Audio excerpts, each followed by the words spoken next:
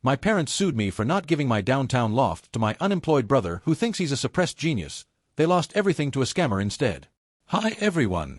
Today's story will blow your mind, but really quick, if you enjoy this content, hit that subscribe button. Channel's been a bit quiet lately, and your support keeps it all going. Let's jump in. Initial post. I never thought I'd be writing something like this, but I need to know if I'm losing my grip on reality or if my family has collectively lost their minds. I'm James, 29M, and I work as a software engineer for a tech company here in Chicago. 3 years ago, after saving religiously and getting a promotion, I bought a loft in downtown Chicago. It's nothing extravagant, 1,800 square feet, exposed brick, great natural light, and a view of the city that makes the mortgage worth every penny.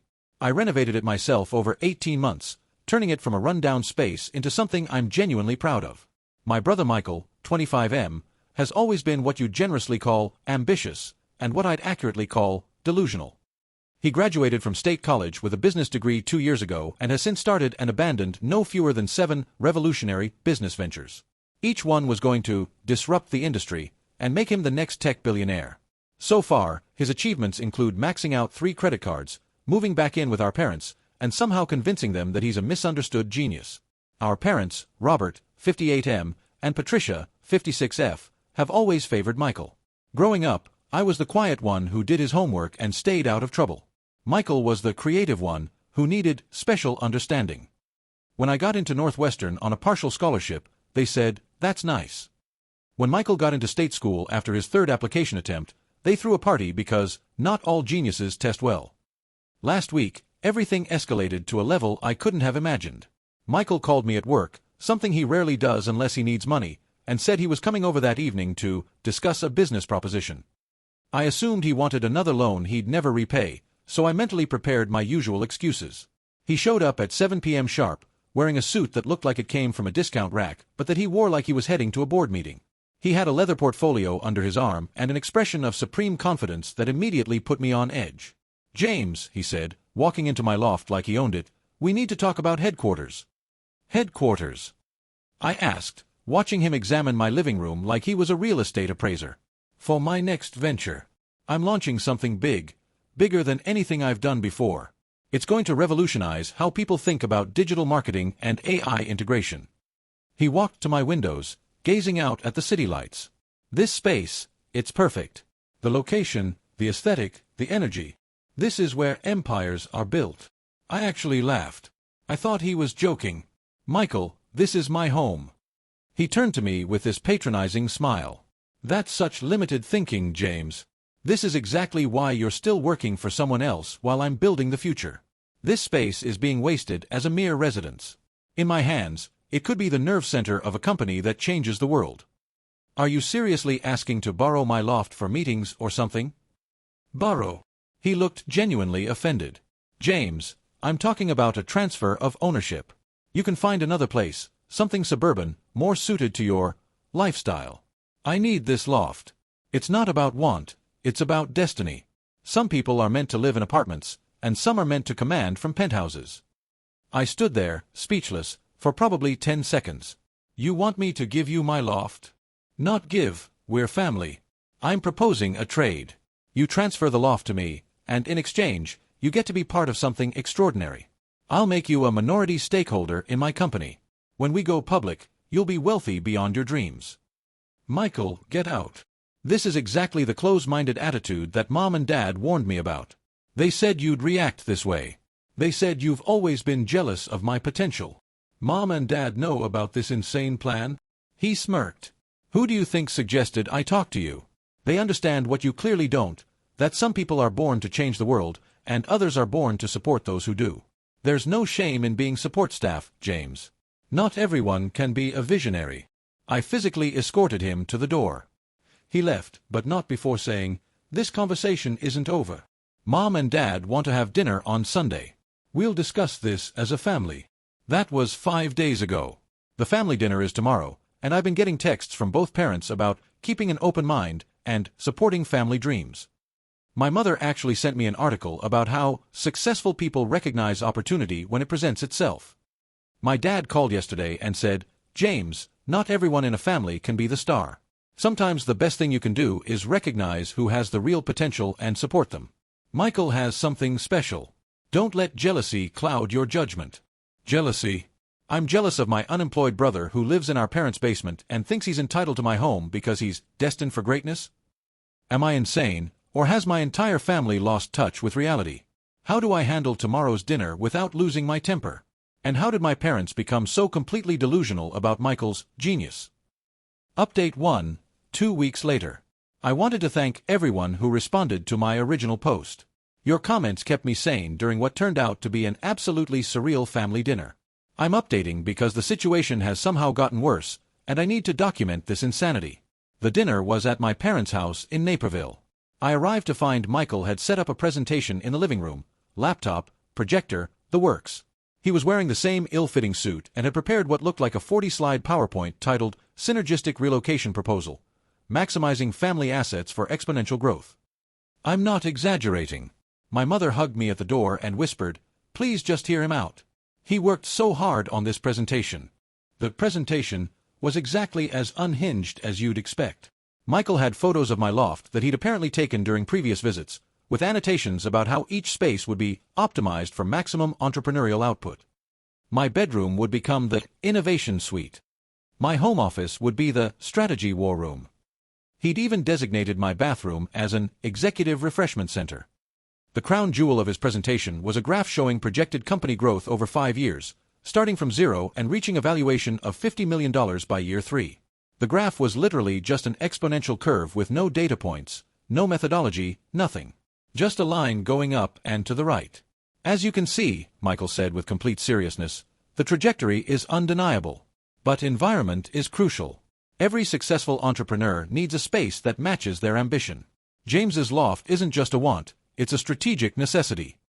My father was nodding along like this was a TED Talk. "Very compelling, son. Very compelling." I finally spoke up.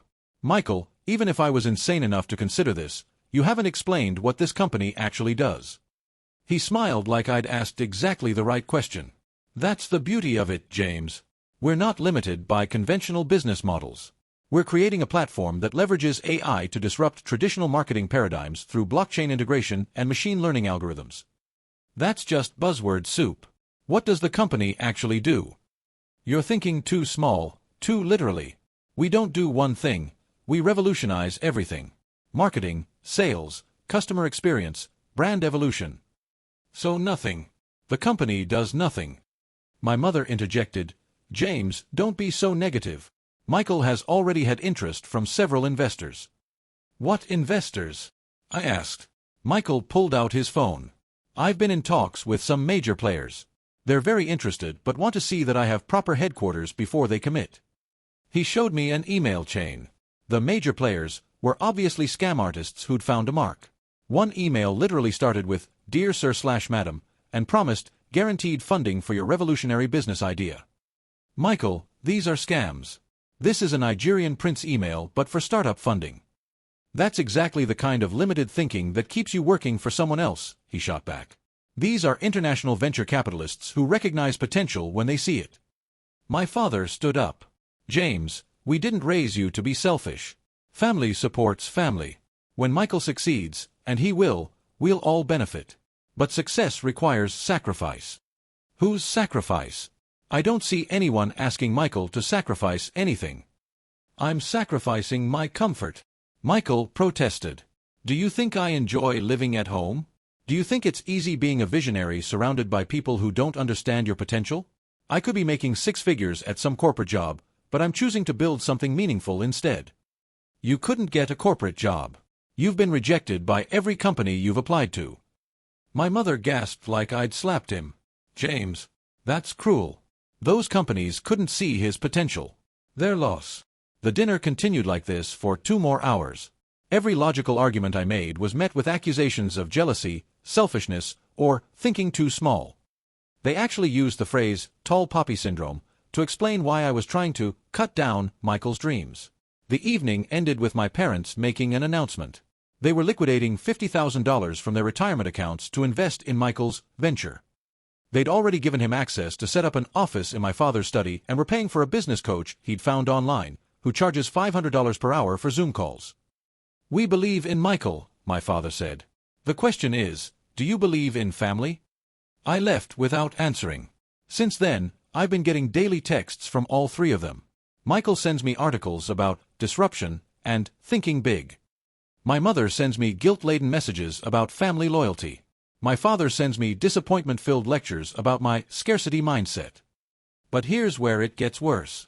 Yesterday, I came home from work to find Michael in my lobby, talking to my building's concierge. He was introducing himself as my business partner and asking about the building's conference facilities and whether they could accommodate high-level client meetings. When he saw me, he acted like nothing was wrong. James. Perfect timing. I was just getting familiar with the building amenities.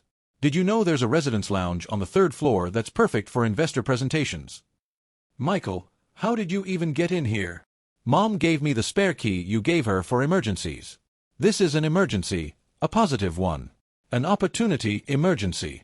I took the key back and told security he wasn't allowed in the building. Michael left, but not before saying, "You're just delaying the inevitable. Destiny doesn't wait, James." This morning, I woke up to 12 missed calls from my parents and a text from my mother saying, "You humiliated your brother in front of strangers. We need to have a serious conversation about your priorities." I'm at a complete loss. They're treating me like I'm the villain for not handing over my home to my delusional brother. How do I make them understand that Michael isn't a misunderstood genius? He's an unemployed narcissist with delusions of grandeur. Update 2, 1 month later. I need to update again because the situation has escalated beyond anything I could have imagined. I've gone from dealing with family delusions to facing actual legal threats. After my last update, I thought things couldn't get worse. I installed new locks, informed my building security about the situation, and limited contact with my family to essential communication only. For about 2 weeks, it was relatively quiet except for the passive-aggressive family group texts I was ignoring. Then Michael apparently decided to escalate.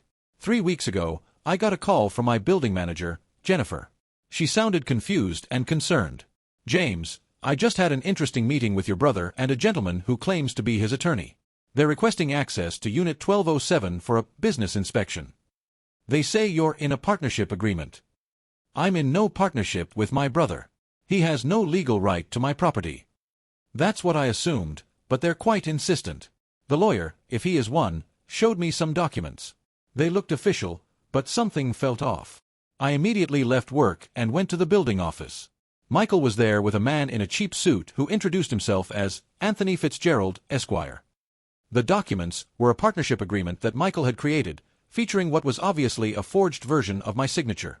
"This is fraud," I said immediately. "I never signed this. I'm calling the police." Anthony Fitzgerald, who I'm 99% sure wasn't a real lawyer, started backing toward the door. "I think there may have been a misunderstanding. I'll need to review these documents with my client." He left quickly. Michael, however, doubled down. "You did sign it," he insisted. "3 weeks ago, at Mom and Dad's. You were drunk. I had 1 beer with dinner. You had more than that. You don't remember because you were so intoxicated. But Mom and Dad witnessed it. They saw you sign." I called my parents immediately, on speaker so Jennifer could hear. The conversation was unbelievable. "Oh, James," my mother said, "you did have quite a bit to drink that night. You might not remember everything clearly." "I had 1 beer. "That's not how we remember it," my father added. "You were definitely impaired. Michael showed you the partnership agreement, and you signed it. We thought it was strange at the time, but you seemed happy about it." I was floored. My own parents were willing to lie, to commit perjury if necessary, to support Michael's delusional scheme. Jennifer looked at me with sympathy. "I think we need to involve the actual authorities." I filed a police report for fraud and attempted identity theft. The officer who took the report seemed skeptical that a family member would go this far, but he documented everything. He also ran Anthony Fitzgerald's name. Turns out he's not a lawyer at all. He's a paralegal who was fired from his last job for ethics violations and now does consulting work. The next day, all hell broke loose in my family. My parents called me, furious that I'd involved the police. My father actually said, "You're trying to give your brother a criminal record? Over a misunderstanding? This is how you treat family. He tried to steal my home through fraud. He's trying to build something special, and you're destroying his dreams with your jealousy and greed." My mother was crying in the background. "We didn't raise you to be vindictive, James. Michael is fragile. He's special. He needs support, not persecution." Fragile. He hired a fake lawyer. Anthony is a legal consultant. Just because he's not bar certified doesn't mean he's not qualified. I hung up. But Michael wasn't done. Since he couldn't get into my building anymore, he started showing up at my office. He'd sit in the lobby, telling anyone who would listen that he was waiting for his business partner to finish work so they could discuss their company. My boss, David, called me into his office after a week of this. "James, I don't want to pry into your personal life, but there's a man in our lobby who claims to be your business partner. He's been pitching something to our receptionist for the past hour. Something about AI-driven blockchain marketing." I explained the situation. David, thankfully, was understanding and had security escort Michael out. But Michael filmed it and posted it on LinkedIn, tagging my company and claiming they were suppressing entrepreneurial innovation and creating a hostile environment for startups. It got worse. Michael started a GoFundMe titled, "Help a Young Entrepreneur Claim His Rightful Headquarters." In it, he painted me as a greedy brother who promised him a partnership and then reneged once he saw the potential of Michael's ideas. He claimed I was using my corporate connections to suppress his startup and that he needed funds for legal representation to fight for justice. My parents donated $5,000 to the GoFundMe. They also shared it on their Facebook pages with long posts about supporting dreams and not letting jealousy destroy family bonds. Several of my relatives reached out, having seen the posts. Most were confused, but a few actually believed Michael's version. My Aunt Linda called me a dream crusher. My cousin Kevin said I should be ashamed of holding Michael back. I had to hire an actual lawyer, which cost me $3,000 just for the retainer. She sent cease and desist letters to Michael and began documenting everything for a potential restraining order. That's when my parents made their ultimate move. Final update, 3 months later. This will be my final update because this saga has reached its conclusion, though not in any way I could have predicted. After my last update, things got quiet for about 2 weeks. Michael stopped showing up at my office, the GoFundMe was taken down after I reported it for fraud, and my parents stopped calling. I thought maybe they'd finally come to their senses. I was wrong. 3 weeks ago, I received formal legal documents. Not from Michael's fake lawyer, but from a legitimate law firm. My parents were suing me. The lawsuit claimed that I had made verbal promises to support Michael's business ventures in exchange for a share of future profits, that I had reneged on these promises, and that this had caused Michael significant financial and emotional damage. But that wasn't the worst part. The lawsuit also included a claim that I had exploited my parents' diminished capacity to obtain the down payment for my loft 5 years ago. Let me explain. When I bought my loft, my parents gifted me $30,000 toward the down payment. It was a gift, documented as such for tax purposes, with no expectation of repayment. They were in perfect mental health at the time and had offered the money because they were proud of me for saving up the rest and making a smart investment. Now they were claiming that they were emotionally manipulated into giving me that money and that it should have been held in trust for the family's collective benefit. The lawsuit demanded 1. Repayment of the $30,000 with interest. 2. Damages for Michael's lost business opportunities. 3. Transfer of the loft to a family trust that would be managed by Michael. My lawyer, Sarah, read through everything and said, "This is one of the most vindictive family lawsuits I've ever seen. They're trying to destroy you financially to force you to give up the loft." She also pointed out something interesting. The law firm representing them was known for taking cases on contingency when they thought there would be a big payout. Someone had convinced them that Michael's company was real and that there were millions at stake. I had Sarah do some digging. It turns out Michael had been in contact with a business development consultant named Richard Stone who had been filling his head with even bigger delusions. Richard was running a sophisticated scam, convincing vulnerable people that they were business geniuses who just needed the right resources to succeed. He'd charge for coaching, introductions to investors, other scam artists, and even legal referrals for acquiring these resources. Richard had convinced Michael that I was the only thing standing between him and a billion-dollar company. He'd also convinced my parents that Michael was a once-in-a-generation talent, being held back by my jealousy. Here's where things took an unexpected turn. Richard Stone made a mistake. He got greedy. He convinced my parents to give him $75,000 as an investment facilitation fee to connect Michael with serious investors. The check cleared, and Richard vanished. Suddenly, my parents were out $75,000 on top of the $50,000 they'd already given Michael. Their retirement savings were decimated. They tried to contact Richard, but his phone was disconnected, his office was a virtual address, and his website disappeared. They went to the police, but the detective assigned to the case found something interesting. Richard Stone wasn't his real name. He was actually someone named Daniel Morrison who had run similar scams in 3 other states. There was already a federal investigation into him. The FBI got involved. They interviewed Michael, my parents, and eventually me. The agent, Jennifer Martinez, was particularly interested in how Daniel/Richard had found Michael. It turns out Michael had been posting constantly on LinkedIn, Facebook, and Twitter about being a suppressed genius and looking for believers in innovation. He was exactly the kind of mark these scammers look for, someone with delusions of grandeur and access to family money. The investigation revealed that Daniel/Richard had scammed 12 families for a total of nearly $2 million. He was arrested 2 weeks ago in Florida. The aftermath was swift and brutal. Without Richard feeding their delusions and with their savings gone, my parents finally had to face reality. Michael wasn't a genius. He wasn't building anything. He was an unemployed narcissist who had fallen for a scam and dragged them down with him. They dropped the lawsuit. Not out of kindness or sudden realization that they were wrong, but because they couldn't afford to continue it. Their lawyer dropped them when he realized there was no money to be made and that Michael's billion-dollar company was a complete fiction. Michael had a breakdown. A real one. He posted a series of increasingly unhinged videos on social media about how the system had destroyed his dreams, how his family had betrayed him, and how society wasn't ready for his vision. In one video, he claimed that Richard Stone had been sent by competitors to sabotage him. My Aunt Linda, who had called me a dream crusher, reached out to apologize.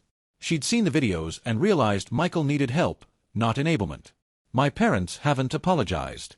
Instead, they sent me a letter through their lawyer stating that they were disappointed in how I'd handled the situation and that they would be removing me from their will.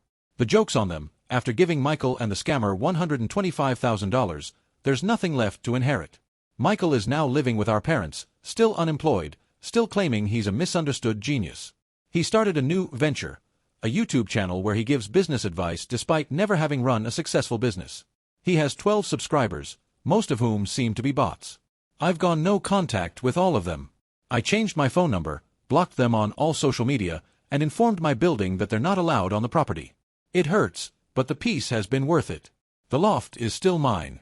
I've redecorated, partly to reclaim the space from the memories of Michael's inspection, and partly because I needed a fresh start.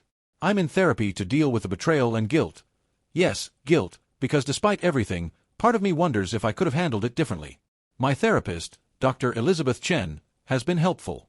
She pointed out that I was never going to win. If I'd given Michael the loft, he would have lost it within a year and blamed me for not supporting him enough. If I'd given him money, he would have wasted it and demanded more. The only winning move was not to play. I've learned a lot from this experience. 1. Mental illness and personality disorders can run in families. 2. Enablers can be just as dangerous as the people they enable. 3.